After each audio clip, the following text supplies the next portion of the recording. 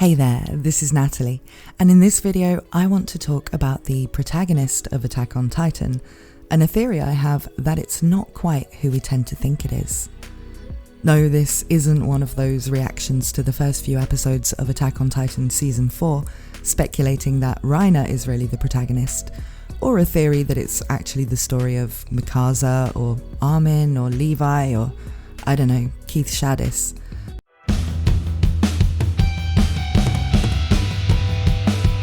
I do think Eren Jaeger is the protagonist of the story, but so is Grisha Jaeger and Eren Kruger. I think that the true protagonist of Attack on Titan is the Attack Titan itself, that this is a story covering the most interesting part of its 2,000-year existence, its final destiny, and maybe even the reason it was created.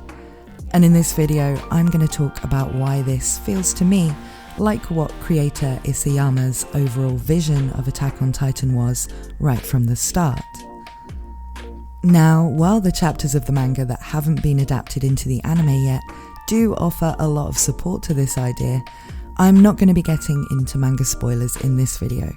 and instead sticking to supporting it by talking about things from the parts of the story we've already seen in the anime,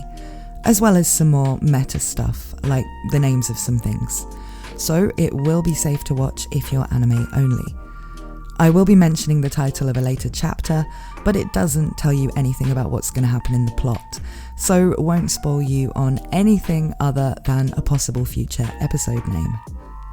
However, I will be talking about a scene that was in what is the latest episode at the time of making this video, which is episode 63, titled From One Hand to Another, or Season 4 episode 4 if you prefer. So if you're not caught up with the anime, then there are spoilers for that episode. If you want to see more about Attack on Titan Season 4 Episode 4, I also have a review and analysis of the episode up on my channel, as well as videos about episodes 1 to 3 of the final season, so please check those out, and please also consider subscribing if you want to see more of my Attack on Titan content. I also cover ReZero and have about 100 videos of ReZero theories, analysis and general coverage if you're interested in that series as well. It really helps me out if you subscribe and like my videos and all of that YouTube stuff, so please have a little click on the subscribe button if you like this kind of anime content. So, on with the idea that the Attack Titan is the protagonist of Attack on Titan rather than Eren specifically. The first clue to this is in the title of the series itself. The English translation of the Japanese title Shingeki no Kyojin has never really made a whole lot of sense. Attack on Titan sounds like it should be about an attack on a place called Titan, like maybe some kind of military sci-fi thing set on the 6th moon of Jupiter, and it doesn't really have much to do with the story. But Shingeki no Kyojin could have been translated a lot of different ways. Kyoujin just means giant, and I do think changing that to Titan was a good choice, giving the Titans their own identity and taking away any mental connections to giants in typical fantasy settings. The flesh mech feel of the Titans is quite different to a show about traditional fantasy giants attacking humans. But Shingeki no Kyojin could have been Attack of the Titans or Advance of the Titans, which certainly would have been better representative of what seemed like the premise of the series back in Season 1. Or it could just have been Attack Titan. Shingeki no Kyojin is what Eren's Titan is called in Japanese, as well as being the name of the series. Now, since that double meaning doesn't really work in English, and we don't find out there's a thing called the Attack Titan until a long way into the show, you can see why the show wasn't called Attack Titan in English. It could even have been taken as a spoiler of sorts. Though, let's be honest, it wouldn't have been any more confusing than Attack on Titan as a name. In other Western languages, the official translations of the series title have similar issues. For example, in Italy, where I live, it's called L'attacco dei giganti, which just means Attack of the Giants. And while that does work better in terms of actually making sense and describing what the series, at least in the beginning, is about, it is about as generic sounding as possible, considering how unique the series is. And like the English title, it loses the double meaning that made it clever in Japanese. They could have just not translated the title at all, of course. Plenty of anime and manga series just have Japanese names. But considering the mainstream appeal and the big marketing push the series got in the West when it was first launched, keeping the title in Japanese may have made it feel more niche and less accessible to that wider audience. Attack on Titan was a lot of people's gateway anime in the US,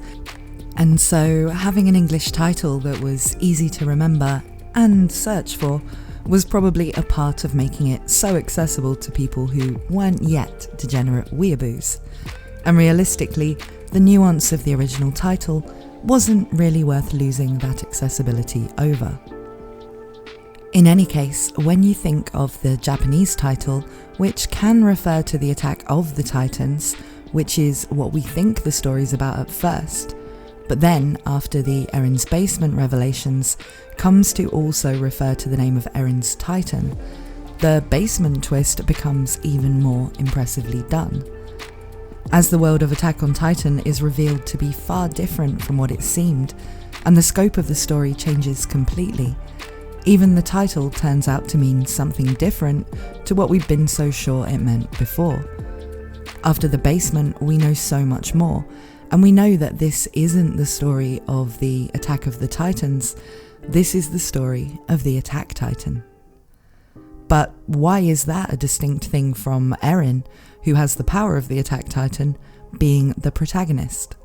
Well, granted it is a subtle difference, but it changes the feel of things, from being about one man's story of unexpectedly inheriting a great power and his decisions about what to do with it,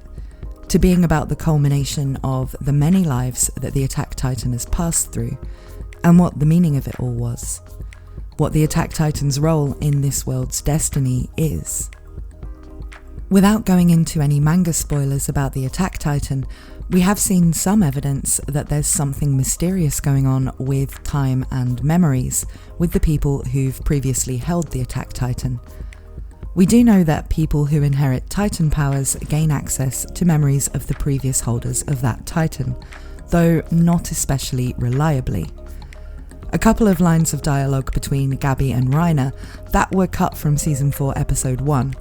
reveal that, in general, the passing on of memories from one Titan shifter to another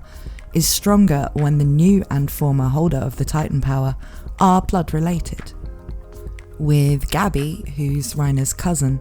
saying that should she inherit the Armored Titan, his memories will live on inside her and they'll be able to figure things out together. Eren inherited the Attack Titan from his father Grisha, and was able to see his memories in quite a lot of detail, though this doesn't seem to be something he can control at the time we see him revisiting his dad's memories at the end of Season 3. Eren also inherited the Founding Titan from Grisha, who would have a whole other set of memories from different people, but since the Founder's memories only seem to be activated when he comes into contact with someone of royal blood, like Historia, we can assume it's holding the Attack Titan that lets him see his dad's memories. Now, this isn't a unique thing to the Attack Titan, given the cut line I mentioned from Gabi, and the fact we saw Galliard talking about how he saw some of Ymir's memories when he got the Jaws Titan. We know that this is something that's known about by the Eldians and is common to all of the Titan shifters. But what does appear to be a unique thing about the Attack Titan, given we never see anything like this happen with anybody else, and it does seem like if it was a power that all the Titan shifters had, the knowledgeable Titan users in Marley would be talking about it and trying to leverage it, is that the Attack Titan seems to be able to know things about people who will hold it in the future. This is shown with Eren Kruger, who we're reminded about in Season 4 Episode 4, due to the fact Eren Jaeger is using Kruger as his name while he's incognito as a wounded soldier in Marley. Eren Kruger was the guy who had the Attack Titan before Grisha, who explained to Grisha about the need to find the Founding Titan and then had him eat him and inherit the ability. Eren Jaeger, who his father named Eren after Kruger, only knows about Kruger's existence due to his father's memories. And as we see Eren talking to his grandfather, Grisha's father, for the first time in Season 4, Episode 4, it's also because of Grisha's memories that Eren is able to know who he is, and also to understand the stories he tells about his son. Having seen what he has of his father's memories, Eren can even know the truth of what his grandfather says about Falco and Colt's uncle, who appeared in Grisha's memories that we saw in Season 3 as the character named Grice, who was exiled in the same batch of Eldian restorationists as Grisha and his wife Dina. Now, Eren Kruger, before passing on the Titan Shifter abilities to Grisha, says a very strange line about this being the only way to save Eren, Mikasa and Armin. None of those people have been born yet, and this can't be some kind of self-fulfilling prophecy, because while it might have inspired Grisha to name his son Eren, he would have had no influence over the names of Mikasa or Armin, though he may well have remembered those words as he took Eren along to befriend Mikasa on that fateful day when her Ackerman powers awoke and she became an orphan. Now, Kruger, not only knowing the names of people from the future, but also being concerned about saving Eren Jaeger's closest friends in particular, rather than just saying this would be the way to save humanity in general, or the Eldians, seems to show that he's feeling something that comes from Eren Jaeger, so specifically from the Attack Titan's future. Kruger is trying to persuade Grisha to do what needs to be done for the whole chain of events that happen in the rest of the Attack Titan's story to happen as they do, and it seems like Eren Jaeger's will to save his friends is influencing how Kruger does this. Whether Kruger is able to access memories from the future, or whether the Attack Titan can send messages back to its past selves and influence those people, so whether it's actually Eren Jaeger intentionally causing Kruger to think about Mikasa and Armin in that moment, or whether this is just something that happens sometimes to the holder of the Attack Titan, is unclear at the current point in the anime, but it does suggest that the Attack Titan has abilities concerning the sharing of its memories that's distinct from the other Titan shifters, and which makes not only its holders in the past, but its holders in the future connected in a tangible way. Speaking of being connected, the Eldians all are. This is apparent by the fact that the holder of the founding Titan is able to do things like influence the memories of everybody within the walls, so that a whole society emerges that has no idea what their history was before just 100 years ago. This connection between all of the Eldian people, which also means that they, unlike any other humans, can become Titans, comes into play in lots of ways in the story, and does hint at how things like Titans actually work from a logistical point of view. But all of that stuff seems to relate far more to the founding Titan than the Attack Titan. So is the Attack Titan really special enough in the plot to be considered the true protagonist? Eren, who holds both, but lacks the royal blood to use the founding Titan, is unique as far as we know in the history of the Titans, and so it does make sense that it's him and the power of the founder that's most important in the story. But I genuinely think that when the story concludes, however it ends, it will be possible to look back on this as the story of the Attack Titan going through the generations to reach Eren and attain the power of the founder in order to do whatever its end goal is. Both the first chapter of the manga and the first episode of the Attack on Titan anime series were titled To You 2000 Years From Now. There is a later chapter which I won't spoil anything else about as it's not in the anime yet, but it's chapter 122, the chapter that many people think that season 4 part 1 will end on, so it could end up being the name of the final episode in the current run of 16, which is titled From You 2000 Years Ago. When the first episode was named this, it could really have meant anything. We thought we were watching a show about the last of humanity struggling against monsters, and so it could have been a way of framing that this was all supposed to have happened in the distant past and was being told to future humanity, or something like that. But with it being bookended by chapter 122's title, instead we get more of a sense that the you in question isn't a vague way of addressing the audience, and the 2000 years refers to the 2000 years that Titans have been in the world.